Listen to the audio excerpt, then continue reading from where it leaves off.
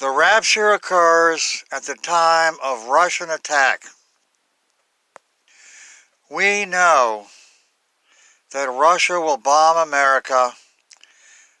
This is based on Revelation 13:7.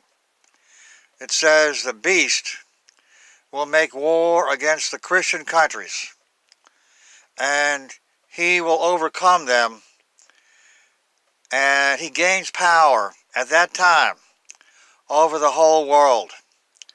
Now, this is talking about Russia conquering Europe, and that's given in Daniel 7, verse 8. It says there are 10 horns, and then another horn comes up among the 10. And that's talking about the return of the Roman Empire, a likeness of the Roman Empire in Europe. What happens is the conquering horn replaces the 10 horns. In other words, one-man rule returns to Western Europe. This is a likeness of the Roman Empire, because in the Roman Empire, one man ruled all of Western Europe, the mainland. Each Caesar exercised one-man rule. Now, when Russia conquers Europe, it'll be one-man rule again. So that's what the Bible is talking about when it says the Roman Empire returns. Now, America gets involved in the sense that we are the defender of Europe. We are the leader of the NATO alliance. So if Russia's going to take Europe, they're going to have to knock off the United States. And of course they can do that because they tricked us into disarming. So they can bomb us without being wiped out by our retaliatory strike, because our retaliatory arsenal is actually quite small. And it's not so much that it's small. We have an enormous number of ICBMs still. But the new policy under Bill Clinton, at the end of his term, he changed the policy as far as when we use our ICBMs. His policy is that we don't use them. We don't use them. And so thousands of missiles will be destroyed in their silos when Russian attack occurs. Getting back to Revelation 13:7. Only a superpower could conquer the world, because if a lesser power tried to do it, one of the two superpowers would surely wipe them out. And so we can narrow the field down to the two superpowers, America and Russia. Now, America is not about to try to conquer the world, so that leaves Russia as the obvious choice as to the power that will fulfill Revelation 13:7, which says it'll make war, the beast will make war against the saints, which means the Christian countries. It would mean, in particular, the leading Christian countries, America in particular. And, of course, Western Europe, because that's, Revelation 13:7 is a continuation of Daniel 7, verse 8.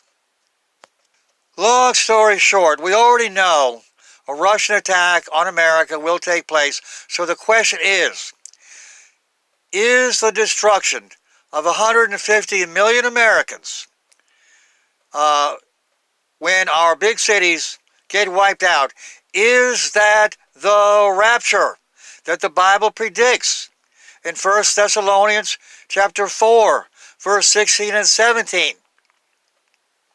And I'm telling you that yes, it is the rapture. Yes, the rapture will be much smaller than people think, because Russian attack on America means only those people and soldiers in our military bases in Okinawa, Japan, and in Iraq, and in other countries around the world. Those places will get bombed also. but it'll be mainly America and 3 countries in Western Europe. That's in Daniel 7, verse 8. It says 3 horns get uprooted. That's talking about Russia bombing 3 countries in Western Europe. Now, if Russia conquers Western Europe, why are only 3 countries bombed? Well, the idea is, by bombing 3 countries, Russia intimidates the other countries into surrendering so that they can escape the devastation. Russia makes an example out of 3 countries: Britain, Germany because of World War II, and Italy because of Rome, the eternal city. Russia wants to bomb Vatican City, which is part of Rome. Russian attack on Rome will fulfill Revelation 18, which says 3 times that Babylon will be burned with fire in a single hour, will be destroyed in a single hour.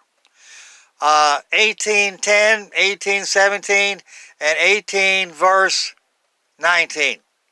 Now, why 3 times? For emphasis.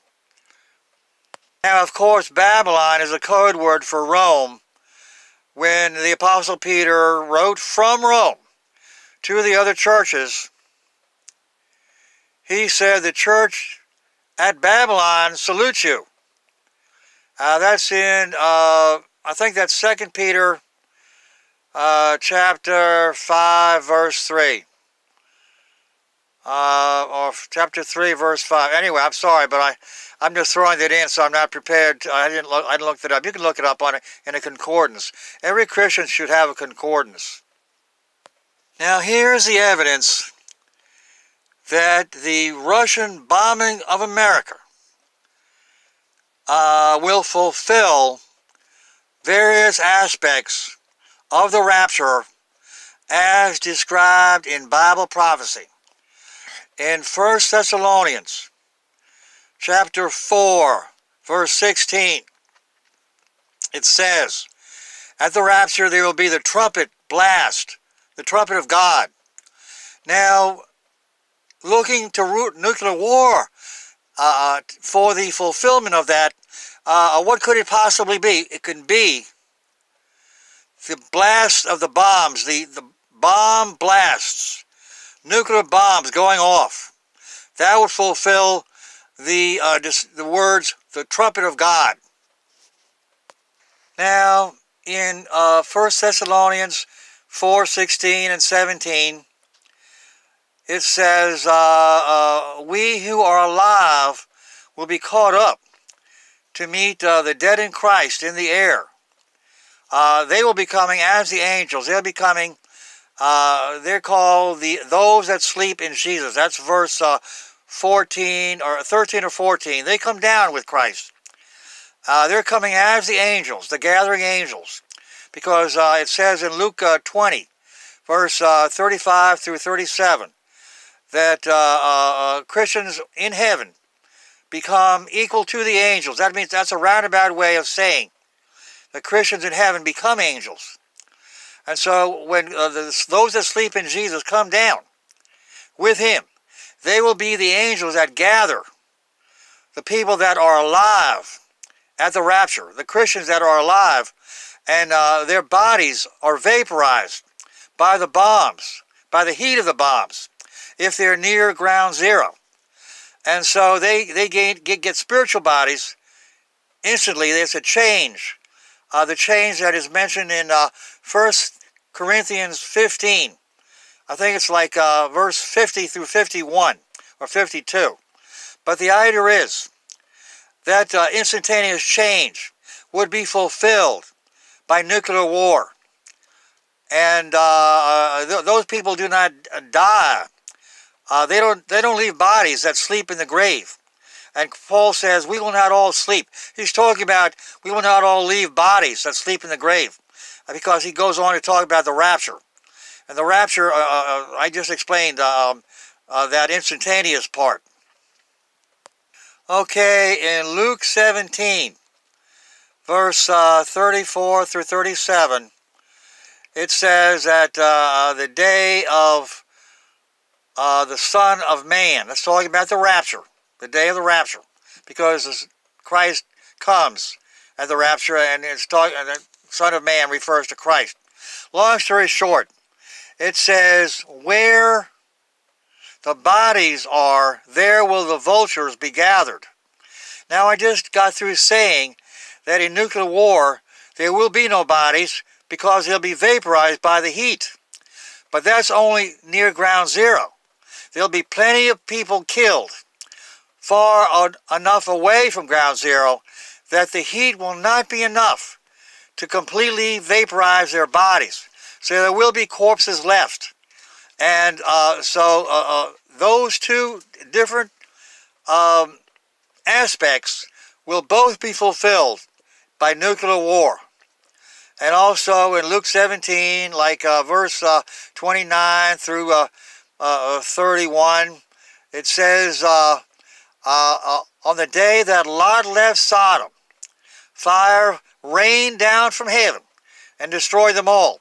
And then, according to the NIV version, it says it will be just like this at the day of the rapture.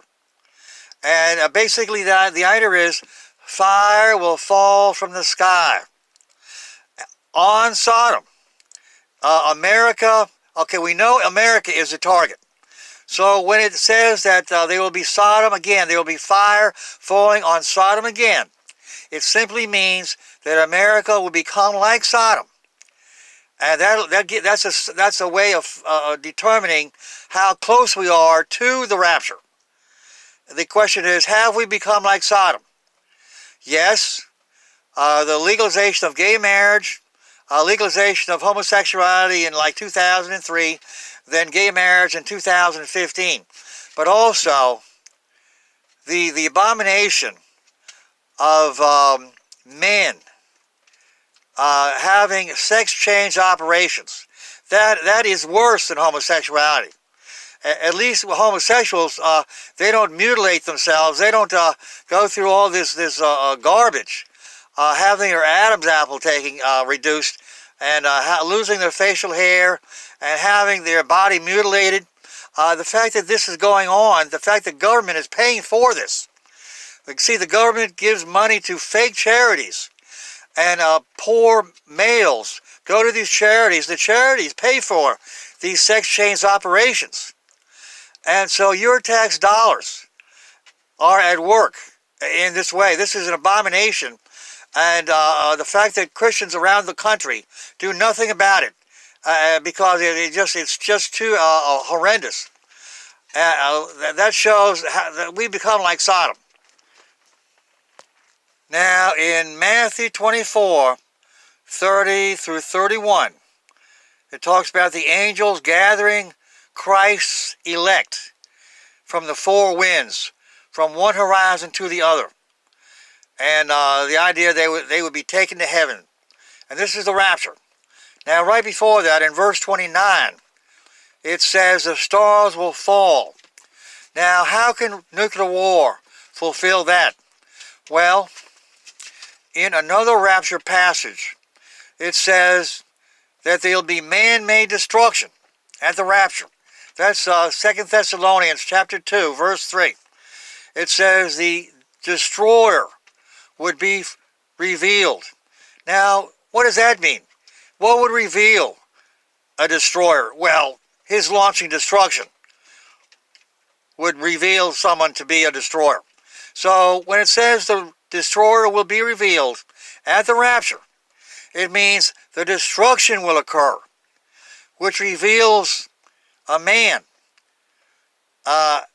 In other words, it's man-made destruction at the rapture. Now you combine that passage with Matthew 24, where it says the stars will fall. Now, if these are parallel passages, the destruction in one passage should equal the destruction in the other passage. Now, we know one passage, the destruction is man-made.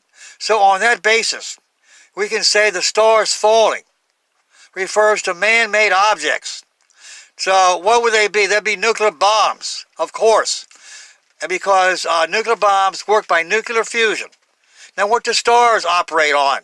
Nuclear fusion. So you see, for Christ to be calling nuclear bombs the stars falling is perfectly legitimate, because they both operate on the same principle, nuclear fusion.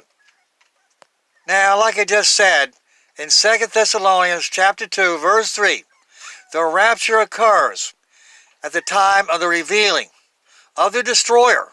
That's what the son of destruction means, the destroyer. See, son of is a Aramaic idiom. It means having the nature of.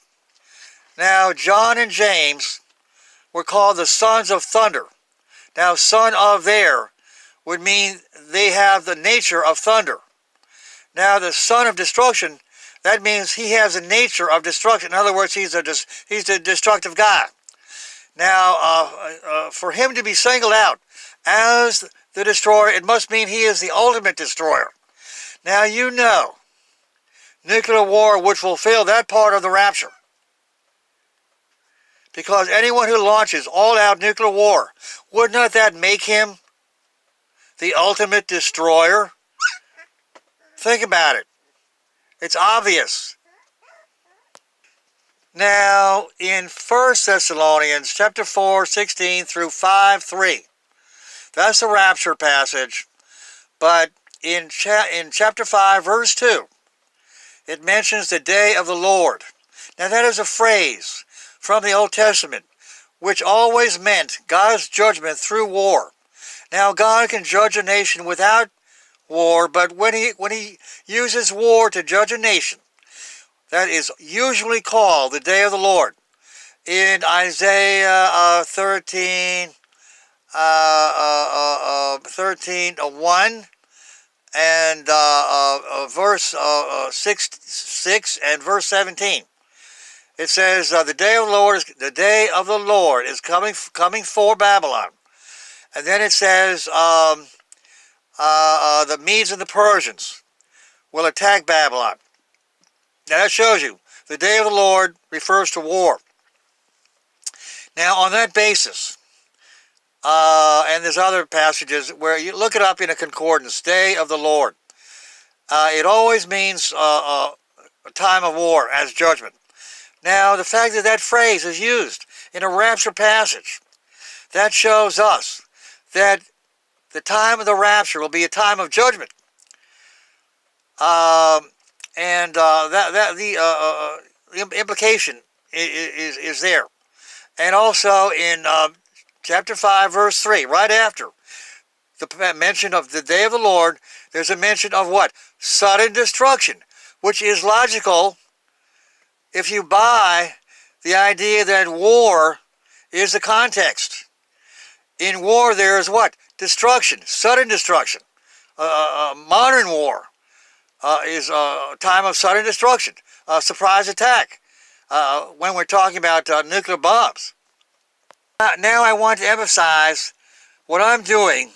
I'm saying that the rapture passages in 1 Thessalonians chapter 4 through 5, 4:16 through 5:3, and 2 Thessalonians chapter 2 verse 3, actually 3 through 11. That those passages are parallel passages to Revelation 13:7. And okay, going back to 2 Thessalonians chapter 2, in verse 9 through 11, it says, they did not believe the truth because they had pleasure in unrighteousness. And God allows a lie. God allows this delusion. And they will believe the delusion. And then they will perish. That's talking about this country perishing. To some extent. It won't perish completely, but it'll rise again. Don't worry about that. And there'll be a new Christian America. But as far as this perishing business, the idea is, the question is, what is this lie? because the lie relates to the rapture. It's in the rapture passages. So we should use that and connect that to nuclear war. How can nuclear war fulfill this business about a lie that the Western world believes? See, Gorbachev told the world that Russia had changed, that Russia was changing, was becoming democratic. He resigned. He let, Russia gave up Eastern Europe, the empire, gave up the other nations that it controlled in the Soviet Union, and all this stuff just to convince us that he was legit, that Russia really was changing. And so we bought into that lie. And how did we buy into it? We disarmed over the last 30 years, steadily disarming. And the weapons we still have, like I said before, President Clinton instituted this new policy, which the other presidents have followed, to their shame, if I may say so, that we're not going to use our ICBMs. And so it's ridiculous. And long story short, Russia is no longer afraid of our threat to retaliate, because we're not willing to retaliate. Like I just said, our bombers are not on alert, our ICBMs are not ready to be used, and our submarines, we've cut back by 2/3 on our submarines. And the little bit we still have, 1/3 would be destroyed in port, because that's where 1/3 of our subs are, in port. And the 2/3 at sea, we're down to 1,120 warheads, and Russia can shoot down 1,300. And long story short, we have less than Russia can shoot down. You understand what I'm saying? You know how ridiculous that is? We're actually inviting Russian attack.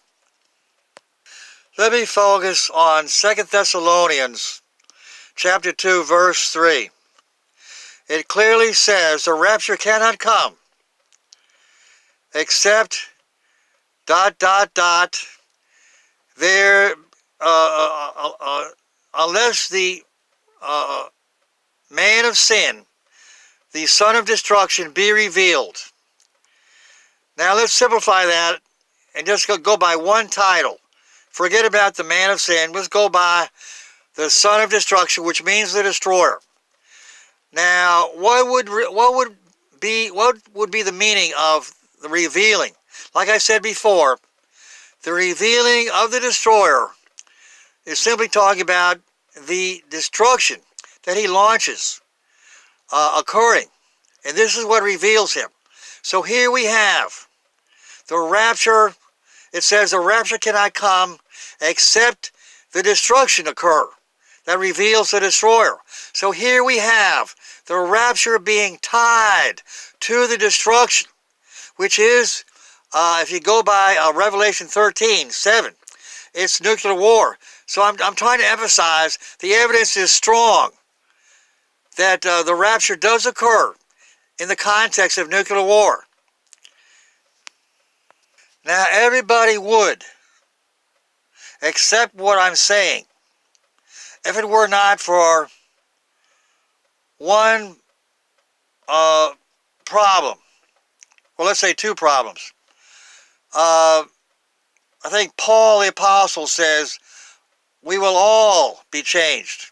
So people think it means all the Christians will be raptured. And then there's the question of the graves. In 1 Thessalonians it says the dead in Christ will rise first. So people think the rapture has to include people coming out of their graves. No. Going by nuclear war, we can forget about the graves. The dead in Christ rise first, yes, but not at the rapture. They rise before the rapture. Now I have evidence for this. I have biblical evidence. Paul was stoned to death. I think it's 14, verse 19, verse 15, or else it's oh dear, I'm not prepared for that. I'm speaking extemporaneously at this point. But he was stoned to death, and then in 2 Corinthians 12. He says, I knew a man who was caught up to the third heaven. He's talking about himself. He's trying to be modest. But he's talking about the time he was stoned to death. But my point was, it says he was caught up. Or he says he was caught up. Or he says a man was caught up. Anyway, the words caught up were used. And the point is that the catching up occurs at death. That's when he was caught up, when he died. When he was temporarily dead. And I'm saying that when Christians around the world, whenever the Christian dies, that's when they're caught up first. So first doesn't mean at the rapture. It means first before the rapture. They go to heaven. They come down at the rapture as the angels gathering the Christians that are leaving because they're being killed at the time of the sudden destruction. And so I think I've explained it. And I ask you to pray about it. And I ask that God will move upon your heart so that you will that your eyes will be opened. The eyes of your mind, your heart. And if you do buy what I'm saying, I want you to send me a comment. I haven't had any comments. I've talked about this before, but I have had no comments where people say, I believe in you. I believe what you're saying. And I have had people comment and say, how can this be? And, okay. That's all for now. And I'm going to make a written transcript below the video in the description box. And so I ask you to try to write that down. Try to make a copy of that. And I'm expecting the Russian attack still this year because this is 70 years since Israel returned as a nation. Christ said within one generation everything's going to be fulfilled. Actually, there's 2 generations there, but this particular set of events it's got to be this year. I'm sorry for sounding dogmatic or sounding overconfident, but okay, it's almost has to be this year. It almost has to be. I suppose it could happen next year, but I'm still banking on this year. And when can it be? We only have 2 months left. Well, my guess is Thanksgiving or Pearl Harbor Day. But my point is that the tribulation will be 5 months. So if it is at the beginning of December, around the beginning of December, the tribulation would end in April, around Easter. Now, we know the first Easter was the beginning of the church age, Easter and Pentecost. But now, if the beginning and the end are at the same time, at the same event, Easter, we can actually say the beginning and the end are one. Alpha and Omega, you could say. Easter would be Alpha, and Easter would be Omega. And Christ says, I am Alpha and Omega. That's in Revelation. I'm sorry I don't have the verse. I didn't prepare enough. I'm sorry. But I'll put that into the transcript. I'll look it up in the concordance. And the idea is, because he says, I am Alpha and Omega, that is a tip, possibly, that his return will be at the same time. The end of the church age will be at the same time the church age began, at Easter. And that would mean the 5 months of trib end in April, and that would mean they begin around the beginning of December. So that's all I have in favor of what I just said. One more note. In nuclear war, there'd be 2 groups of people leaving, the saved and the unsaved. Now you may say, the rapture is supposed to be one group leaving the world. No. You look at Matthew 13, verse 49 through 50, the parable of the net. The fishermen put the net into the sea, and they lift the net up, and the fish are caught up. Now that idea of the fish being caught up, that is reminiscent, or that parallels, that matches what happens at the rapture. Souls are caught up, human souls. So the fish represent people, And the fact that there are two groups of fish leaving.